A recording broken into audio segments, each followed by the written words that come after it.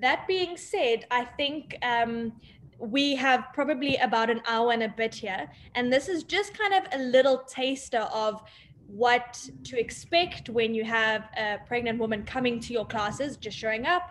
What are some things that they might experience? Very basic things that we'll go through, but it really is just a little taster. And I think that it's really nice to know that we do get these other styles of yoga. As much as we know that we have vinyasa and yin and kids and all of that stuff, this is kind of to show you guys what is out there. And so if after your training you want to go do any specialized training, you want to specialize in prenatal and kids yoga, whatever the case may be, you are aware that it all exists, and kind of just set yourself up and add all these tools to your toolbox. Do you have anything you want to add, Sasha? I just wanted to ask, in the same way we might or might not ask for injuries, would we ask if anyone's pregnant, if it's a big group and we don't really know them? I'm sure at the same studio with the same 10 people, it would be a bit annoying to ask every week if anyone's pregnant. But, that's why I actually did the yoga for injury chat first, because I think now we're coming into this with a little bit of a different viewpoint of it. Like, you're coming to it from a bit of a different viewpoint. So I saw Helene shaking her head like this. So one of the realistic questions is, firstly, I used to be in classes where they would say, if you are pregnant or you think that you're pregnant, just let me know. Chances are, in at least the first 13 weeks, no one's going, hey, it's me, I'm pregnant, probably maybe a week, maybe I'm not, who knows? So it's kind of a rhetorical question. And there's so many times it's asked where people either don't feel confident, they don't want to disclose it, or they just, it's kind of weird, right? So just kind of the same with injury, how you kind of ask people to raise their hands. It's not kind of a thing, especially in the first trimester, where some women might be a little bit more discreet. They don't want to disclose it, firstly, to strangers. Maybe they also just not 100% sure themselves as well. So it's one of those things that we also need to ask ourselves as a teacher, like, do we need to know right now whether you're 2 weeks pregnant or 3 weeks pregnant? It's also about putting that, I mean, if they don't know they're pregnant until 4 weeks in, chances are they're fine. They're going to carry on with everything else as usual anyway. And then also, they are certain, if they do know, they've either done some research or they've gone for an appointment, or there might be some kind of research or understanding that's gone into it already. One of the things that I've seen, I actually did a podcast on Yoga South Africa with a teacher, and she kind of spoke about, wishing that teachers knew a bit more about it. And at the same time, I thought, in a 200-hour, it's not a lot of time really to get a basic understanding of yoga. But if you know this is something that interests you, you can go really in depth into it, because you don't only just get prenatal yoga, you get postnatal yoga, you also get womb yoga. So yoga for different stages of a woman's life, from menstruality to menopause. So it is quite a developing style where they incorporate that and the female energy and the time of the month into their yoga classes. And it is more of that emotional, spiritual connection to, not only just about a physical practice. So one of the things she actually mentioned is that, sometimes people don't want to disclose it to you. Maybe they've never spoken to you before. It is kind of a personal thing. But what I do think is quite important, if someone does come into the class and say, hey, look, I'm pregnant, or I'm this for a long, I usually say, this is not a prenatal yoga class. I just want to let you know that. You can add to say, I'm not a specialized prenatal yoga instructor, but listen to your body. If you feel any discomfort, back off. So that is kind of a general way to go. Some studios, even on their website, will say, we have a designated prenatal class. So when it's kind of an interesting phase where a student might be pregnant, they might not know yet, so they haven't really gone through the process of maybe switching over to a specific prenatal class, which is more for a long-term kind of plan, to say that if I want to take on yoga for the next 9 months, I might feel more comfortable switching to a teacher now who has that frame of reference, who understands context, where I can be in a collective group of pregnant women and we can kind of go on this journey together. They might also feel that for the first 3 months, they would like to continue with their practice as usual. But It depends. It really, really depends on each person. How, if they are just starting yoga now and they are like, they've just found out they're pregnant, they want to start yoga, it might be nice to recommend a prenatal class. But if they've been doing vinyasa for 10 years, every single day, we can't tell them like, oh no, you got to go to a prenatal class. They know their body the best. And it's kind of a general rule of thumb to say what you were doing before, your body can generally do, at least for the first bit of the pregnancy as well. So your body will know it. And one of the insights that some of the, and maybe Helene can also like attest to this, one of the teachers on the previous course said to us is that when you become pregnant, I mean, the first few months, your first trimester, you might just continue with a couple of things as normal, but you know that this is not a time to A, advance your practice, B, become super fit and super strong, do yoga every day. The intention of a practice might be a bit different. And that's where prenatal yoga is somewhat more specialized, in that you are focusing on slowing it down. There's a lot more breath connection. There's a lot more community feeling, being with expecting mothers as well. So it's suddenly not about strength, flexibility to a certain extent. You might do some stabilizers, you might do some hip openers, things that will prepare you probably for birth in some way. But at the same time, the reason why expecting moms are coming to yoga is not for certain reasons that we might think, to get strong, to do an inversion, all of those things. It suddenly just doesn't seem important anymore. Helene, I'd love to, if you would love to share your experience of your prenatal yoga, and whether you enjoyed it, how, did you do yoga before and switch immediately, or did you start with regular classes and transition? It's always nice to get different views of it. Yeah, thanks. I was still living in Canada at the time. So initially I went to my regular yoga studio. And I think as a yoga teacher, one should have something to say, because I think women who are pregnant often, if it's their first pregnancy, it's something that's like really important to them and they want to share. Sometimes obviously they don't, if they like in the first 12 weeks, but they will like usually ask you or tell you about it. And to then, as you say, just say, do what your body can do, and back off if there's anything weird. But it's true. Like in the first few months of the pregnancy, especially in the second trimester, you feel like a lot of women feel okay in the baby moon. And then you continue, your practice in whatever way you think is okay. But in the third trimester, I went to a specifically prenatal yoga studio, and they used a lot of props. And that was really necessary with all these women with these big bellies. And I remember we used to share like Tums in Canada, those, I don't know what you call them in South Africa. Do you know what Tums are? That you take for heartburn. What's the word?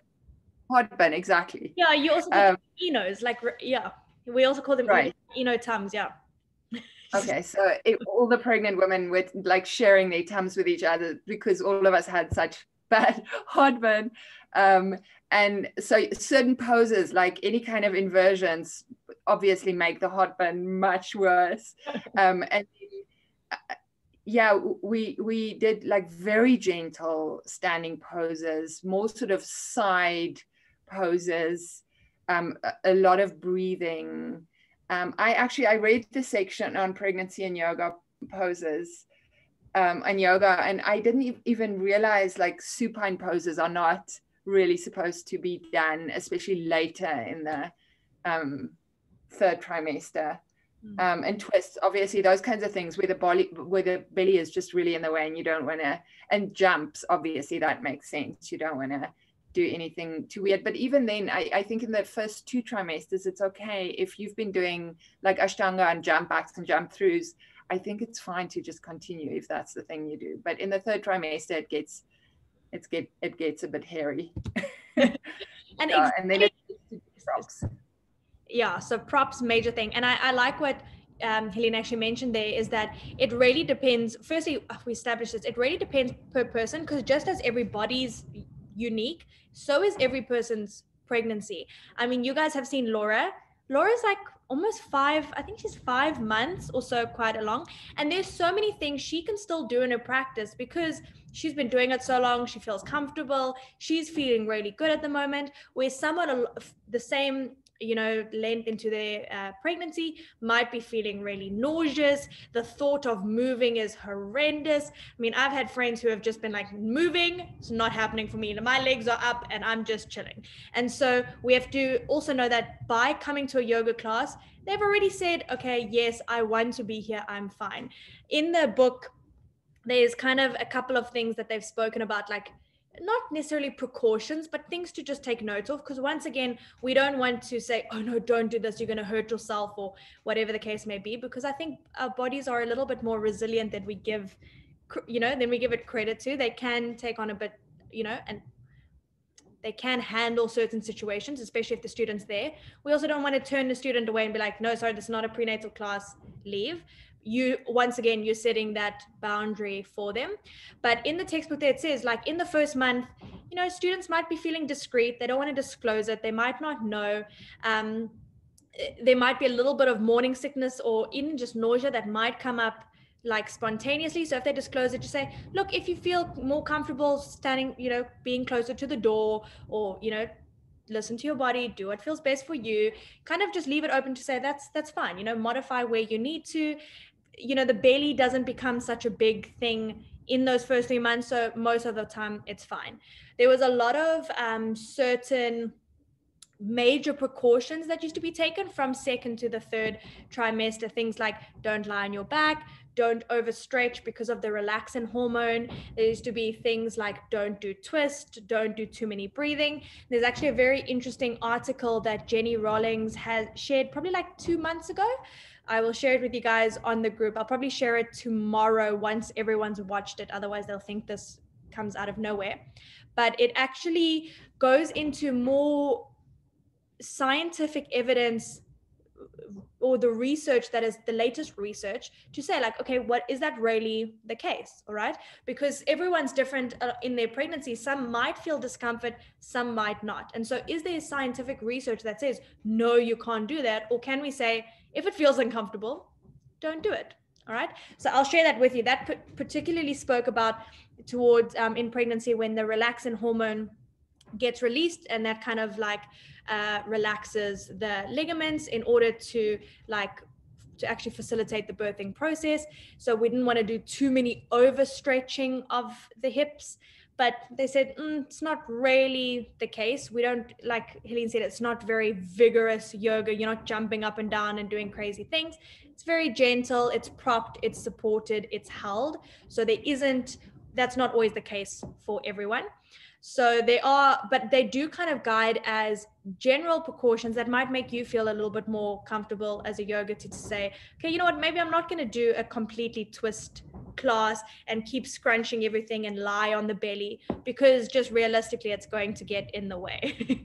So that is the major thing that happens towards the second, third trimester, probably from about 5-6 months. When the belly starts growing, it feels a little bit uncomfortable. So for example, I'm going to use Laura as an example.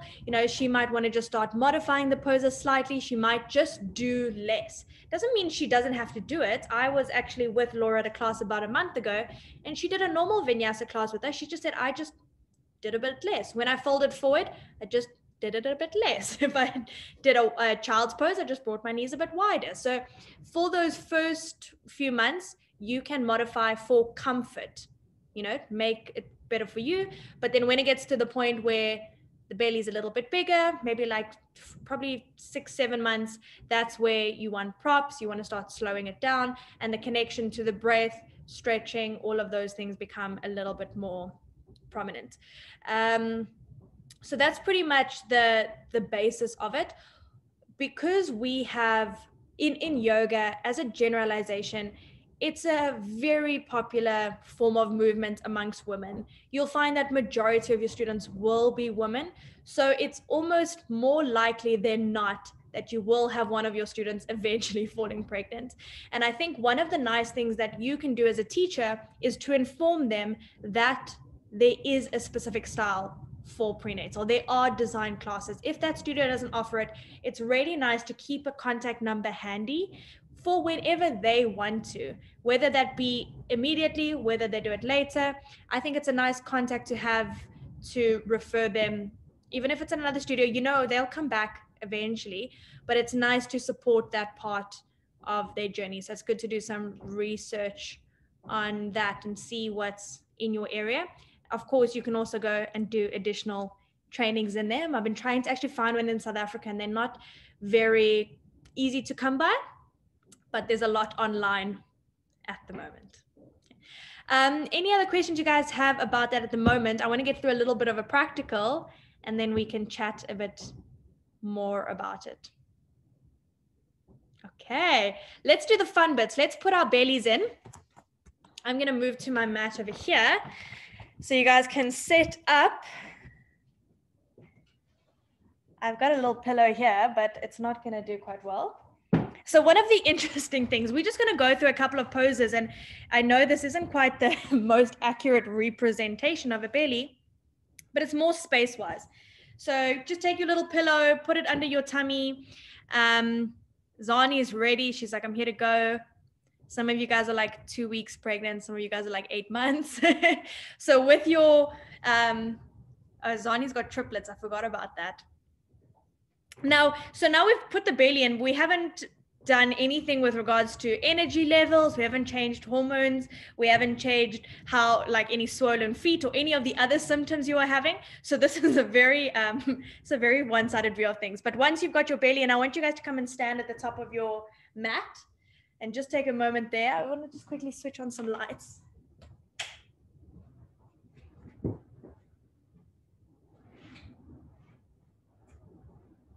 right. So when you're at the top of your mat, just find your way into a mountain pose. Okay, so I want you guys to move in a way that is accommodating for your new body and your new belly. If you feel that something doesn't feel good, I want you to move around and explore a different variation of that shape where you feel your body feels more comfortable. So on your next inhale, extend your arms up into a high mountain. And then as you exhale, fold forward. Good.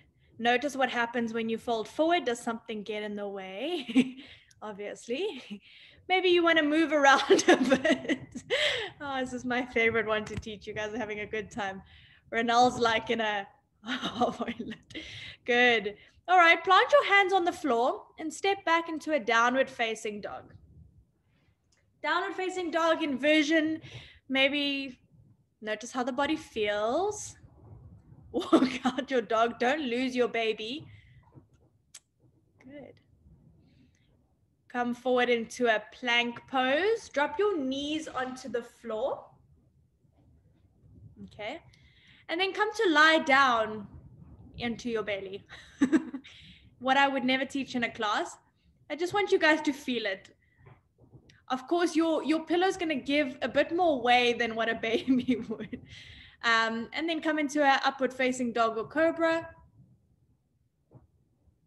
Nice. And then child's pose. All right. So I wanted to show you that if you had someone who was 6, 7, 8 months along coming into a vinyasa class, this flow forms a very big part of our classes. It's not really either that comfortable or it just doesn't really make sense. Okay. So we would obviously want to just, and I also want to say you can't modify the entire class for your student, because as soon as you're trying to take out any forward fold, any twist or anything where that's going to limit the tummy, it's just not going to work. You're going to be doing the same thing like what we spoke about if everyone had an injury.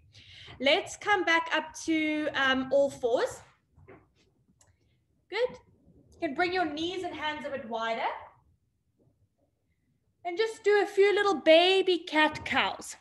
So just find a little bit of movement in the spine. You can do a little bit of a side to side stretch. Just a little bit of movement. Good. Nice. Let's tuck our toes back and then come into a downward facing dog. Nice.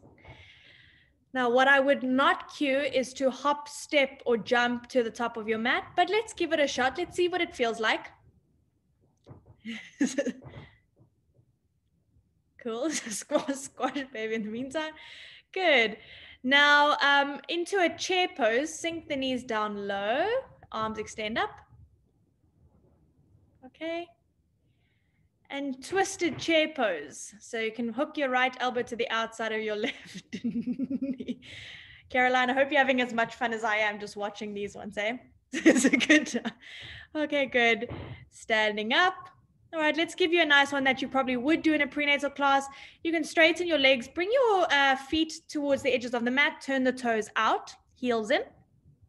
We're going to come into a malasana squat. So yogi squat. You can bring your feet nice and wide. Feet might not feel so nice, so you could give a little option here just to roll up a towel underneath the heels. You could actually, what's really nice variation here is you might have blocks that you can actually sit on, or a little meditation stool, and just have your hands resting out in front of you. All right. So this is a pose that do quite a bit. You might not get as low. You might be more up here.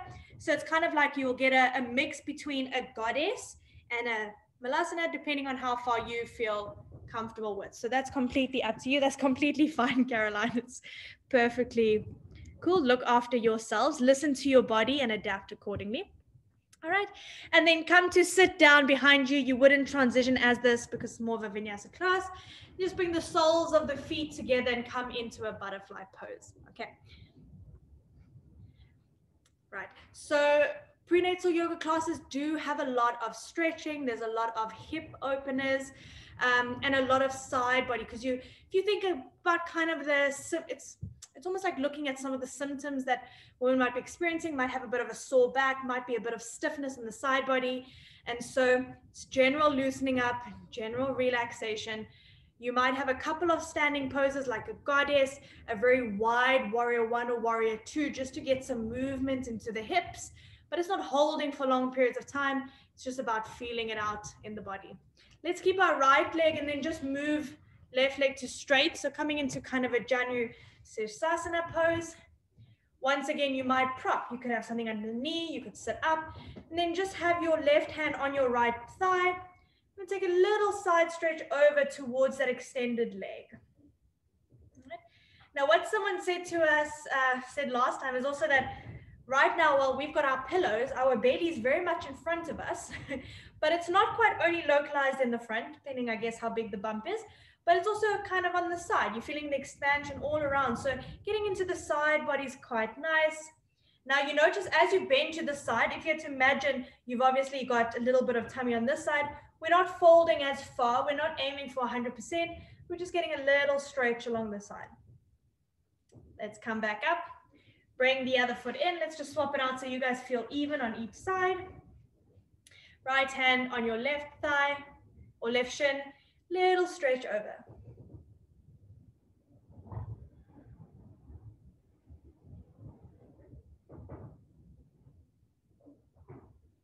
And slowly come back up. Have your hand join. Come into a butterfly pose once again. You might do just a couple of breathing here. So just sitting up tall. You've got specific breathing techniques that also get introduced in a prenatal yoga class. So it's nice and relaxing. Good. Cool. So now what I want to do is I want you guys to suggest a pose which may feel good. And then we are going to experiment with it and see what an experience of a pregnant woman may feel like, whether it's not so much a good or a bad pose, but whether it would be one that we'd recommend or not. So while we're sitting down here, Shem, some of you guys are quite fun. I see there's quite a couple of you that are muted. So let's move into a pose that we think would probably be something that feels quite accessible, might be a nice one to incorporate into a preggy yoga class. What do you guys think? Yes, Caroline. Maybe a seated cat-cow, because I mean, you obviously can't fold forward too much because of your belly. So I just thought like a seated, using the weight of your body to curl back and then, Well, let's try it out. So let's sit. You can either stay Baddha Konasana, you can cross your ankles, it's completely fine. Just put your hands on your knees. And so your cow might be just a slight little lift into the chest and a little rounding. So you're not going for major movements because the belly's all up in here. You could do cat and cow on your knees as well. It will once again depend how everyone feels, but kneeling is generally an all right position. Get some movements here. You can also do a lot of arm stretches. So while you're here, you can do your side bends. Just feel around it to see what movements might feel a bit more accessible than others. You can do a little tricep stretch with the bend. Maybe. Yes. Sorry, say that Oh, again. no. Gomkasana with the exactly what you're doing. Yeah. Just bring in so these are just extra little movements. You can just feel it out. I find general, a little bit of everything. I saw Eileen did a little twist there. So this is now where it depends on how far along you are, your body size, your ability, your general mobility with regards to twisting. But a little twist like this, it might be more of twisting the shoulders and looking over. You feel what feels comfortable for you. Can come back, go over to the other side. Coming back. Good. Let's roll over and come into a child's pose. Now, this is one where I wish we kind of had a lot more props. Could play around with it and see how the props can work. We don't have to go into too much detail because there's an infinite way in which we can use props. But let's just come into to sit the knees nice and wide. And then you can kind of lower the body down. You can be on the elbows. You can hold the head. You can prop the head.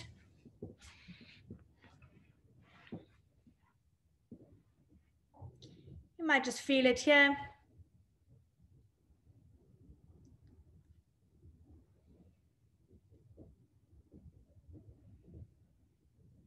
Good. Any other suggestions of a pose that you guys would like to try from a child's pose? We're going to come up to standing soon, but I want to see if there's anything on the way there. Maybe, maybe seated when and it is a bit of a twist, but when you put your arm underneath, what is that, bow ribbon, or you thread the needle. I like how you got there. So let's try to thread the needle. Let's see what it feels like. All right. See, you guys can give some experience. Notice, once again, if they were like 4 or 5 months, might feel okay with it. 7, 8 months, might not feel okay with it. It is quite a big twist. You're also in not so much an inversion, but you do have your head lower than your heart. There might be like some reflex, something coming up. And there's also a lot of twisting in that body. And I find that when you're sitting and twisting, I can choose how far I go. In order to get my shoulder onto the floor, I actually need to twist quite a bit. I need to do like at least a 90 degrees to get there. So you could opt for your seated things or your standing things with your side bends. So it's not completely no, but you try it out, right? Some might love it, some might not think that's cool at all. Let's quickly come up into standing. And let's do a couple of standing poses, because it doesn't mean we have to stay seated the whole time. I'm not going to come into it too traditionally. We'll just step our way into it. My camera's not very nice. All right, so let's have our left leg in the front. Take a big step back with your right leg, and nice wide stance into a very warrior one variation. Okay, so I'm giving room for my hips. I'm not feeling like I'm, just more also from a balance perspective. We don't have too much of a, like I said in yoga, we're not doing too much risk to injure ourselves, but obviously falling is a risk. So we might want to increase our base of support, legs a bit wider. You can just have our hands at heart center. You might just do it arms up. So that might feel quite nice and comfortable. You don't have to be here for too long. So worry when you're still bending into the front knee. Obviously, if a lady straightens her leg, you wouldn't say no. You would just say, do what feels best for you. Let's step our right foot forward, just step left foot back. Obviously, your classes would be a lot slower, more refined, breath work, intention. This is just kind of feeling into the physical poses of things. We wouldn't go into something like a humble warrior or a crazy twist from here. The balancing, the straight, like this is enough, right? Cool. Let's open up into a warrior two. Now, warrior one to warrior two is not really the best transition because it's quite a bit of a shuffle with the feet. But you might now just feel here, what your warrior 2 feels like. Some of these poses, they're still okay. You still do them.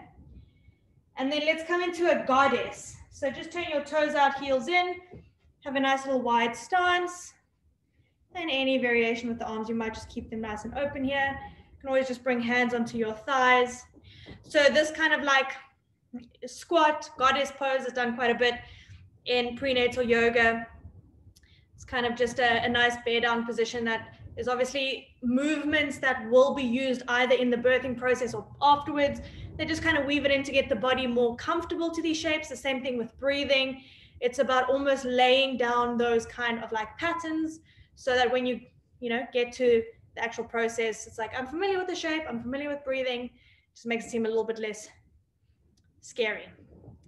All right, standing up. Let's do our warrior 2 on the other side just to balance it out. Arms out.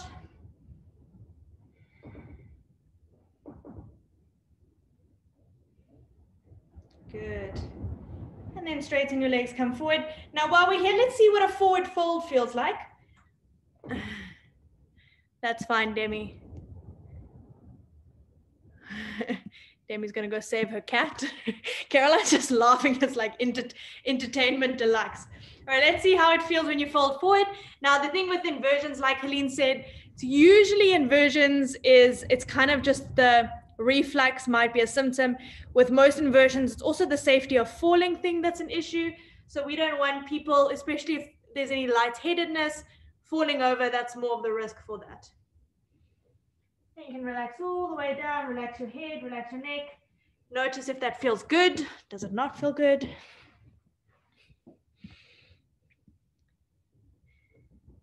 Good. And then come up into standing. All right, let's have a listen to, you guys can come a little bit closer to your screen. Cool. So which poses felt okay? What poses do you think you would focus on? Which ones do you think would maybe not be a good go? I mean, we've all kind of felt the same thing, but it might feel a little bit cooler to just hear everyone else's fake experiences. Wanted to say, what about Skandasana? How does that feel when you're pregnant? I think once again it depends on each person, right? So I mean, it's when we say when pregnant, it's like, hey, well, how far along have they been doing it before? What's the general hip mobility like? Because for some people, Skandasana is not really a nice pose even when you're not pregnant.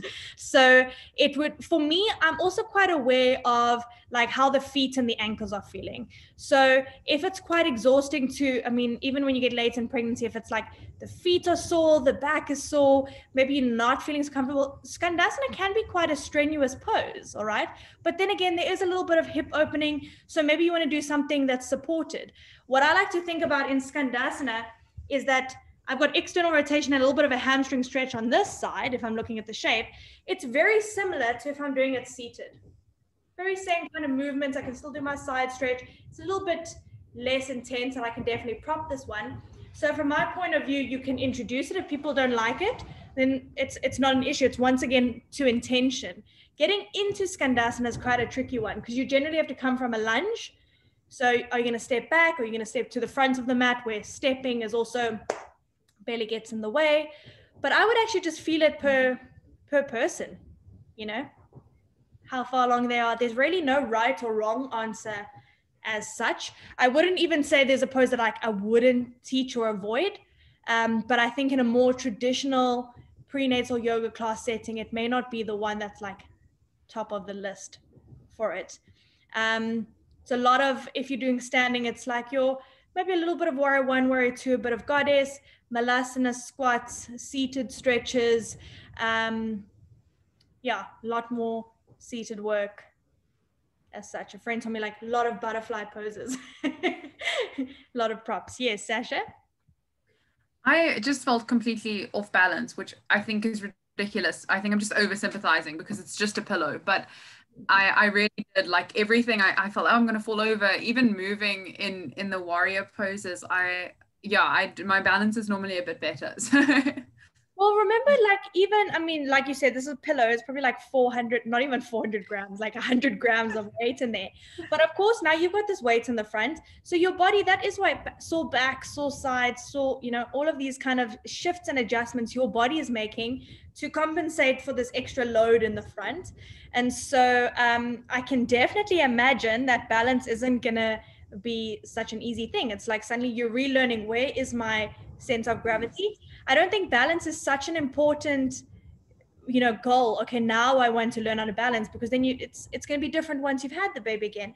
If you wanted to, if someone said, oh, you know what, I'm really struggling with my balance, I'd like to do it in yoga, let's hold on the wall and just lift up one leg, you know, modify into it, or whatever the case may be.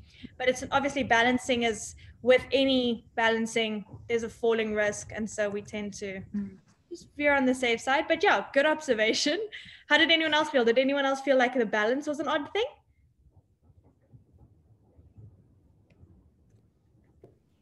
For me, the balance was okay, but my fake experience of the goddess pose was really nice. Fake experience of the goddess pose. I like that.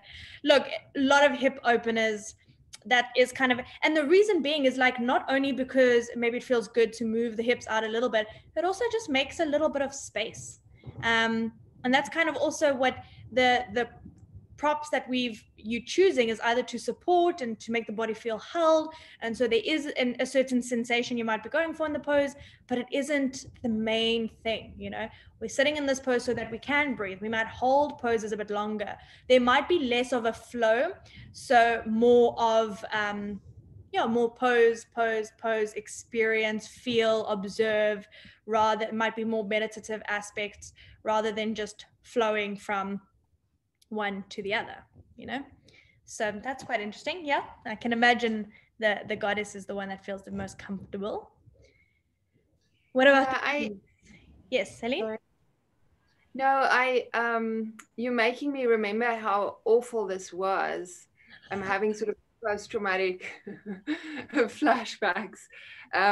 And just that last month, when you can't breathe, you can't sit, you can't lie down, you can't sleep, you have like heartburn constantly.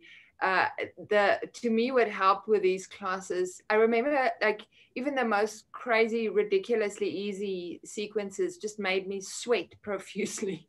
Like just even coming up in triangle pose made me like exhausted and sweaty. But I know, you know, not every woman is pregnant in the same way. Like some women will run like marathons until 9 months. You know, I was not that woman at all. But to me, the most important thing about this was really the meditative thing, where you get support and you breathe and you find a way to endure this horrible experience. Yeah, it was not a good inviting. It sounds wonderful. Yeah. But exactly that. I'm glad you actually gave that insights, because in the previous chat, and I'll just share this with you because I thought it was quite interesting, is someone said, you know, what if the prenatal woman, like, what if they're overexerting themselves? What if, and then the one mom was like, never overexerted myself. I was not going to work too hard. There was, I mean, she was saying like, your feet are sore, your back is sore, you're tired. I'm not going to work extra hard. In fact, I'm just here to relax. Okay. So finding that connection, especially, I mean, more towards the end months, but that connection of mom to baby. So when you're breathing, hands on belly, the visualization, the breathing, that body mind connection as well. Connection to self. There's a lot of changes that are happening. Things are shifting all the time. And so it might be that moment in your yoga class where you can just, you know, ground a bit. Zama. No, I just wanted to say that when I was pregnant, I found that I was more mindful of my movements than I am when I'm not pregnant. I was more able to tell when my body was hurting, to push myself a bit more. Obviously, I was eating a lot more, so I couldn't move as much as I'd like to have moved, because I generally like food. So when I got pregnant, I was just overboard. But I felt that I was more mindful and I was more aware of what's going on within my body when I was pregnant than when I wasn't, actually. Yeah, I think you take, I can imagine that you also take a little bit more responsibility, because, you know, it's not just my body now, like I'm sharing this, you kind of have that additional, and that's kind of the thing, is where you don't always have to give caution to moms, because they're thinking about that already. You know, if they're at yoga, they are already taking certain measures to be kinder and gentler. And there's almost one thing that you can somewhat guarantee, is that the moms have gone through some, you know, like they're seeing their doctors, they're going for their scans, so they are more aware of where they are on the journey, things that they can do or can't do. If there's any complications, that's being easily, like the doctor is sharing that with them. So there is this understanding that they are also going for regular checkups. So there's no pressure on you as such, as a prenatal teacher, to know and understanding what's happening at every week and so on, because the mom is well informed. All right. And the mom, promise you, she knows her body best. She knows when is a fine day to go to yoga, when it's not a good day to go to yoga. And so there is that more, maybe more, a little bit more conscious about the body as things are changing, noticing things that are picking up. So it's nice to rely, you can rely on that to some extent, if that makes sense. Zama, in hindsight, do you think you would have enjoyed doing pregnancy yoga while you were pregnant? I would have enjoyed the meditation part, and probably the parts where you just lie with your legs open, not the bending part, all that other stuff. I would probably not have gone through all of that. Definitely not. But I definitely would have enjoyed the other, the more spiritual, mind-body connection part. I think I would have enjoyed more. So it's interesting. You can hear from the experience that it's not about, yes, some movements a little bit here and there might make the body open up, feel a little bit looser, gentler, but the focus is meditation, breath work. Once again, coming back to intention. And if any poses, leaning towards the more restorative. We're going to do yin yoga next week, so you might pull some inspiration from the yin, from the prop work. And yeah, it's just, you know, you want to just be kinder and gentler to your body. It just makes more sense. Yes, Karen. I was going to say, I wish I had a great pregnancy. It was many, many years ago, but it was great. And I think with the belly dancing as well, same kind of sort of situation, that if you have been doing yoga for years before you fall pregnant, it's a smooth transition and your body can handle it, and you probably can go quite far in your pregnancy, like Laura is at the moment. And with belly dancing as well, there's certain moves you can't do in your first trimester, first 3 to 4 months. Don't shake your uterus around and things like that. So, but yes, I actually think I think it would have been a lovely experience, actually, because it's beautiful, like yoga. Yeah. I was actually going to see if I can find the photo for you guys. I'm going to have to send you so many resources tomorrow. But there's actually a photo Catherine put on Wellness Connections Instagram page a while back. And it was like one of the previous teachers doing a handstand at like 8 months pregnant, like on the beach in a bikini. She was like, this is fine for me. This is okay. Now, if someone has come past and be like, don't do it handstand, it's unsafe. And she's like, but I just did it and I'm fine. I'm going to go home and do it again and it feels okay. So it is one of those things. Also, there's a lot of fear, like, don't do this, don't do that.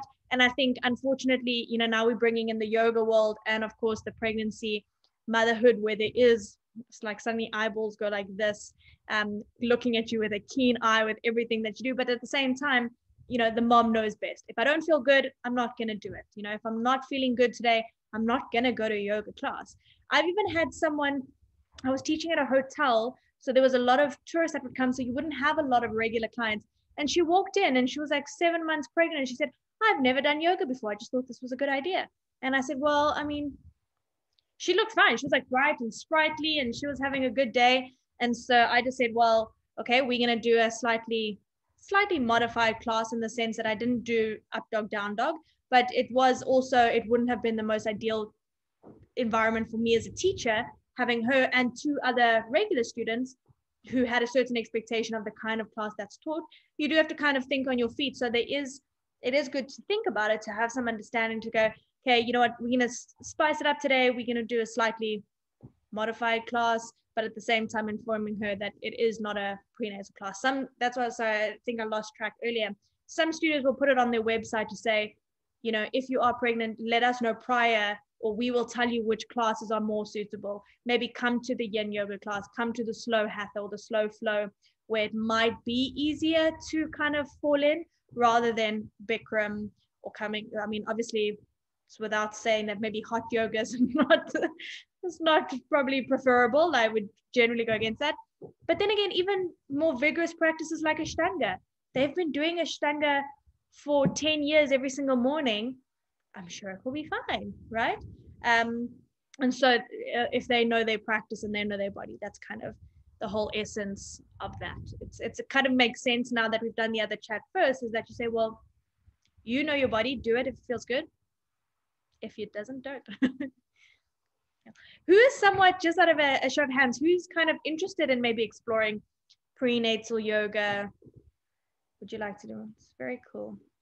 Nice. Awesome.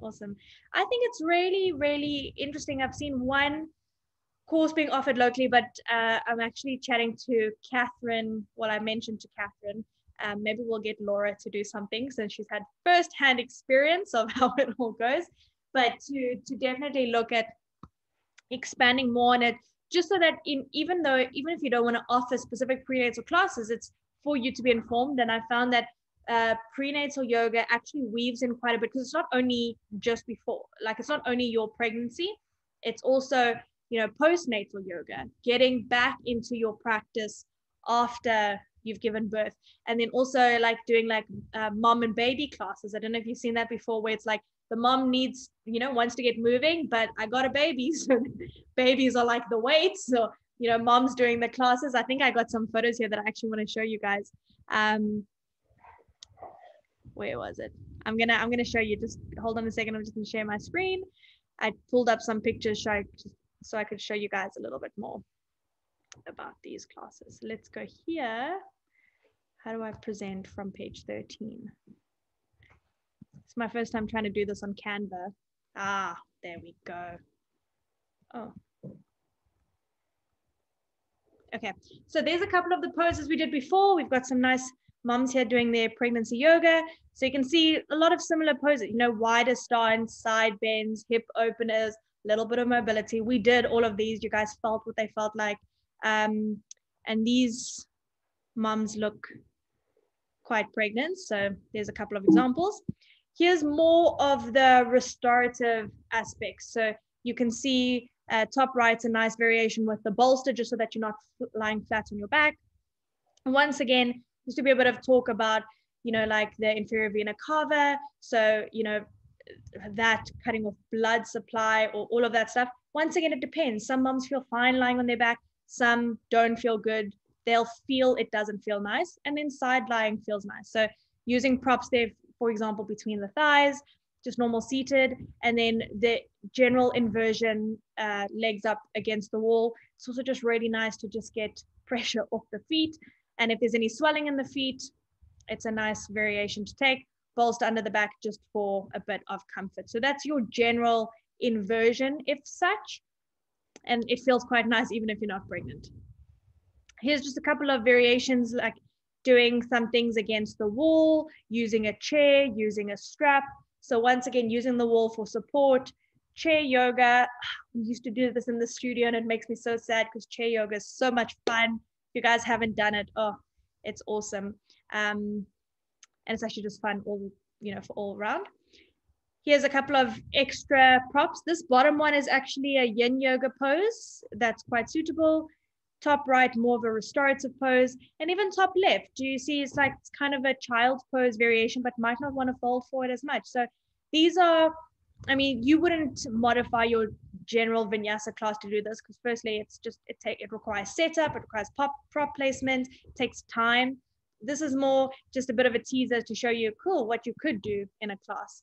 There's a bit of a modified sun salutation, which I thought was quite cool. Instead of a forward fold, just did like little side to side movements in a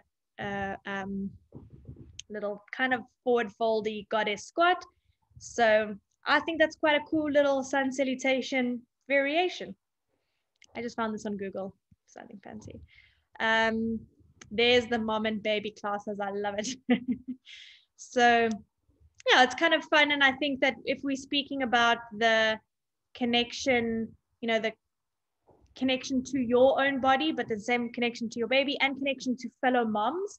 I think it's quite a nice, fun activity to do. So sometimes when you sign up for a prenatal course, the mom and baby yoga or baby massage, there's all kinds of different modalities that are woven in with prenatal yoga. Usually they do a couple of different stuff, but it's quite interesting. And I think it's fun, especially if you have kids or if you have been pregnant, you know firsthand. Not to say that you can't be a prenatal yoga teacher if you haven't, but I think that it obviously does make a difference to have had that experience, because it just means that you can to some level relate.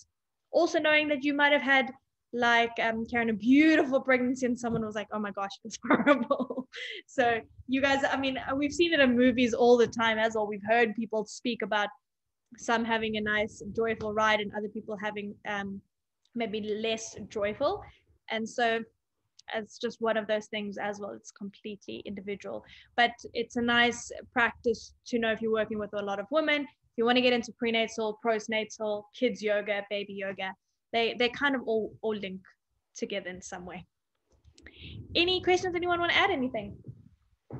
I just want to say those pictures that you had there of the mom and baby yoga, that was very funny, because like theoretically this is a great idea, and it's nice, you know, to connect with a baby and to do the massage and everything. And I went to a few of those classes, but like at least one of them I remember being a complete disaster, because the babies just, like, one would start screaming and then all of them would start screaming and there's nothing you can do to shut them up. And then like all of them would poop or whatever, like it would just degenerate completely. And then like after 10 minutes, everyone would have to pack up and leave.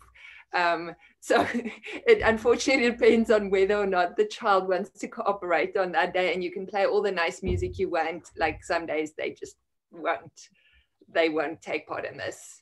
That's also the thing, is like stock photos make everyone look so happy. They're like joyful with their child. Meanwhile, mom's actually walking and she's like, I haven't slept all day. I feel horrible. I'm grumpy. This baby's crying. So yes, it's not always glamorous kind of question. I've said it even in our, like when we do our kids yoga course, is that, yeah, like everyone's like, oh, I love working with kids. They're so fun. You're like, yeah, but kids can also be really naughty and could also just do their own thing. So it's not always, it's kind of like we see this glamorous side. But that being said, it's always nice knowing that you can go somewhere, like maybe moms feel like it's not so much about the yoga, you know, it's going somewhere, it's seeing fellow moms. You might even, I think a friend of mine said she used to do private classes with two pregnant women, and then afterwards she would go to their classes or go to their home and do class after. And the one time she just went there and they actually just had a cup of tea and spoke, did a little bit of stuff, but it was more about setting out that time for me. And so yoga is like an excuse of such to do something or to be with people, but didn't always have to be about the yoga. And you guys will even see that when you do kids classes, if you do private classes, is sometimes you plan something, you have an intention, this is what you want to do, and you show up and it's just not gonna work. I've even gone to a general vinyasa class. I'm like, oh, I'm gonna do something strong, and you walk into the class and everyone's like sleeping and they're tired and they've all had a horrible week. And then you go, cool, yin yoga it is. Okay, let's start off lying on your backs. And you just read what people need, and there's a time and place for anything. So I think that applies to every different style you'll go out and teach, just to kind of be adaptable. Yes, Sasha. You just sparked a question I've actually had for the whole course, and I kind of keep waiting to ask. But that's, so I know obviously you can do a yin yoga kind of more specialized course and for most of these things, but does that mean that we can't, with our 200-hour teacher training, teach the odd yin class? Or I'm not sure what the line is there. So technically no. Technically there is no line, is what I'm saying. Okay. No, you can teach. So and it's quite an interesting one, and it's actually I'll go over it very briefly because it really depends on which style. So when you guys finish here, you can teach vinyasa, you can teach yin. What I have found, you could probably teach a little bit of kids yoga. You don't need a own qualification in order to do that. However, having done my yin training recently, I only did it this year after 4 years of teaching, and I definitely done a couple of yin classes before. I was suddenly like, oh, there's a lot more to this, or you obviously going to learn way more from a training. But a lot of teachers do a bit of self-study. You can always listen to podcasts, you can read books, you can get sequences. The Ultimate Guide to Yin Yoga, which we'll chat about next week, is a brilliant book that really gives you a very condensed version. So there is an element of this work that you can self-study. The same with kids yoga. Like Sash will know, it's got elements of yoga, but it's also got a whole lot of different activities and mindfulness game that you could go and research and self-study. But if you don't know what kids yoga entails, you wouldn't know what to go and self-study. So doing these courses obviously give you a nice condensed package version of it. So those additional styles, it's not always compulsory. However, it's good to know. Kind of like prenatal, I would feel that I would need to do additional training in it for the sole reason as to there's a lot of information. We don't, how much have we really covered in an hour? Not much. So I feel as though I wouldn't feel confident doing it without additional training. But vinyasa, slow flow, hot, I want to say heated classes, which are generally vinyasa, fine. Yin, kids, generally okay. Hold on a second. Let me just open the door, but just put a pin in that because I want to just quickly chat about the other styles.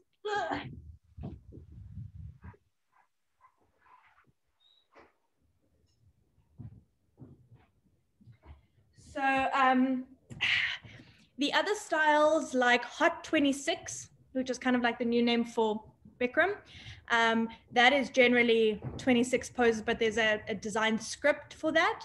So that's usually something that requires a little bit extra training. Also just if a studio has an expectation of how it needs to be taught.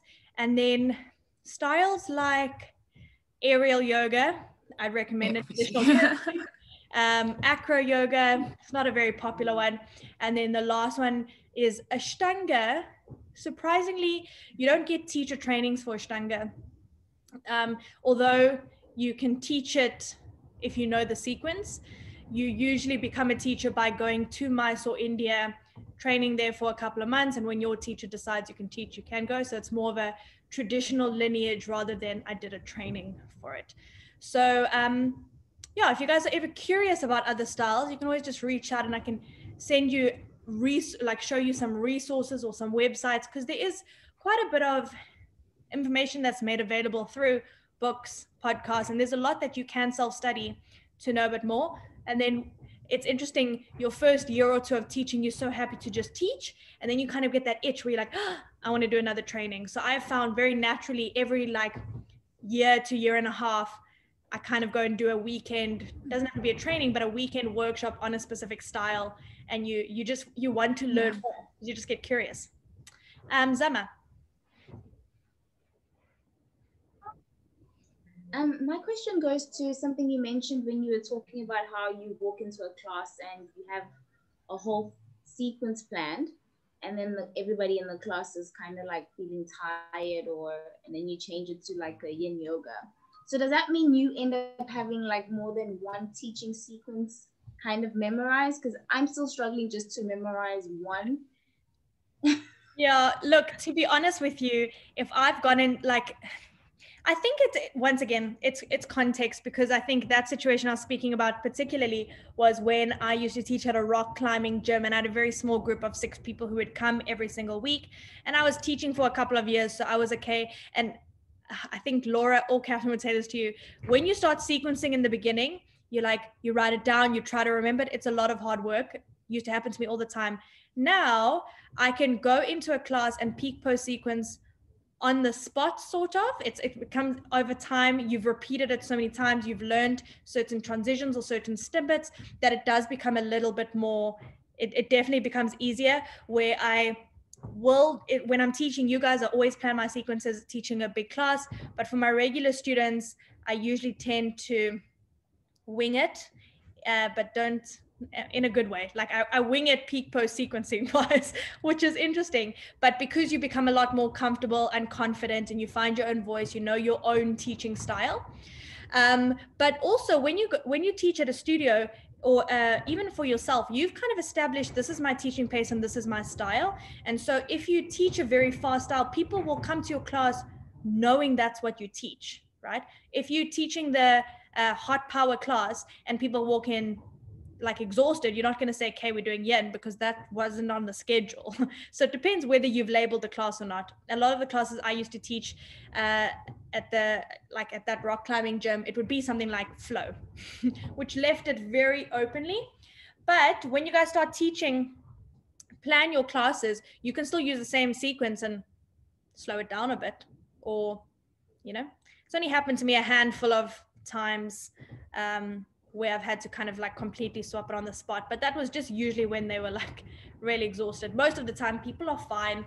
They'll do whatever you teach them. I promise. So if you don't feel comfortable like switching it up, just teach what you planned. They'll be fine. They'll come back. Demi? Sorry, I came back and caught the end of you speaking about Ashtanga yoga, and that you can't actually use there's no teacher training for it. So if you know somebody who is a official teacher and they're enlisted and registered and everything, are they able to have that say over, if you practice with them and they're able to say, over a certain amount, yes, from here onwards you can teach Ashtanga? Well, or do you have to go to... Yeah, you do go to India. There isn't a teacher in South Africa that offers that at the moment.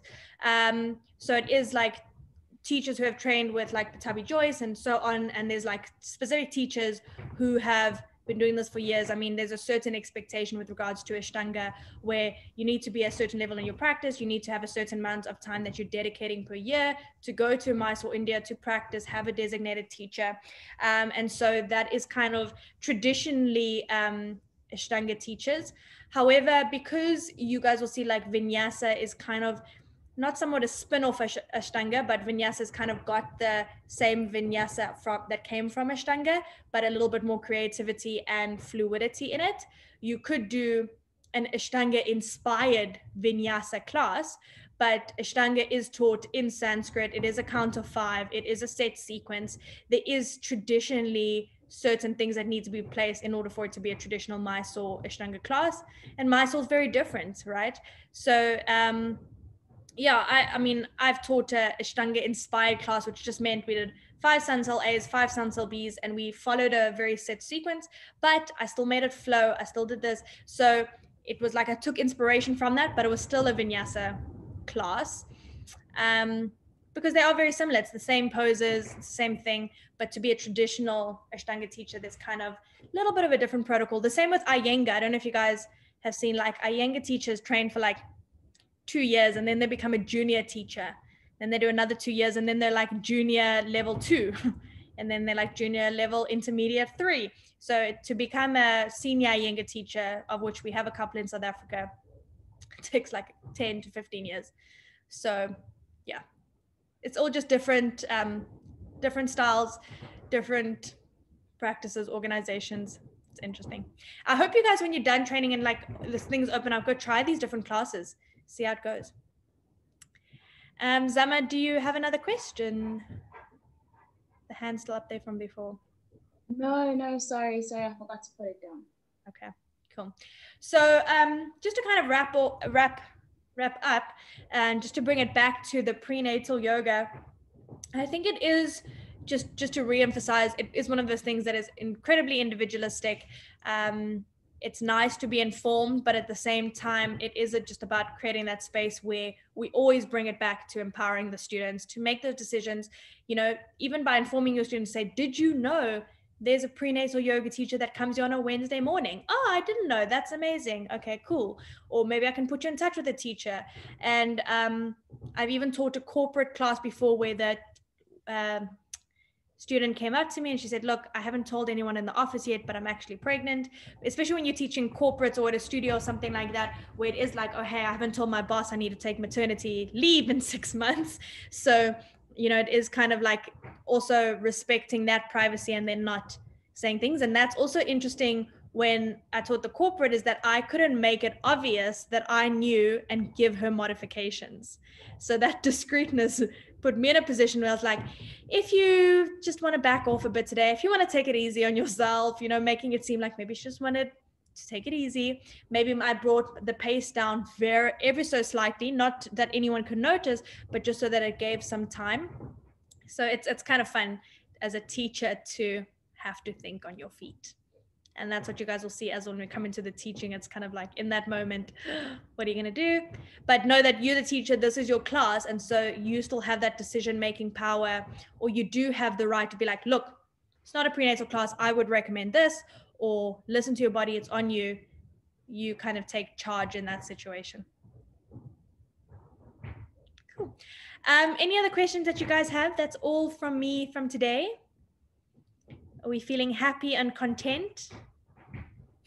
I see like videos going off and people lying down. I know it's like we get to this point of the course. You guys are 2.5 weeks away from the end of it. I know it's like, but my assignment list is so long.